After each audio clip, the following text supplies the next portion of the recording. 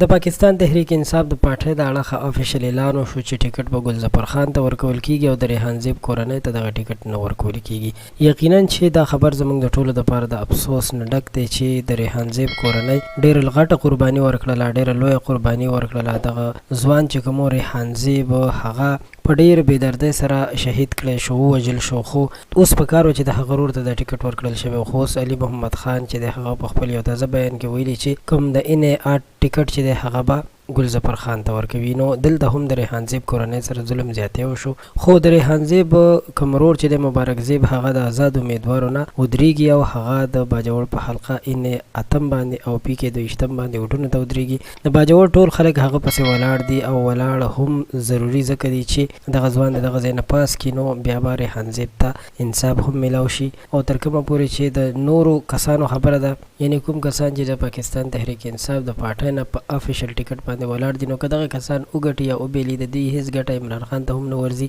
او نه د دوی نوره څه فایده پارټۍ ته رسي. نو که مبارک زیب یې وګټي ښه خبره ده، که آزاد امیدوار هم دی، خو په کار ده چې د ریحان زیب قاتلان پرې را پیدا کړل شي او هغوی ته سخته سزا ورکړل شي. دا یو ډېره افسوسناک خبر په سوشل میډیا باندې چلیږي د ریحان زیب د کورنۍ په باره کې. نو موږ هم دا وایو چې هغوی سره ظلم وشو، زیاتی وشو او نور هغوی سره ظلم زیاتی کول نه دي پکار، او د هغوی چې کوم قاتلان دي هغوی په کلکه سره رانیول پکار دي، سخته سزا ورکول پکار دي. موږ منو چې په دې کې حکومتي کړۍ هم میلاو دي، دې کې داسې سیاستدانان هم میلاو دي چې هغوی ریحان زیب د مخې ناخوا کړی دی او تر اوسه پورې تقریبا 2 میاشت هم رانږدې ده د هغه د قاتلانو هېڅ سراغ ونه لګېدو، نه د هغه قاتلان ونیول شول.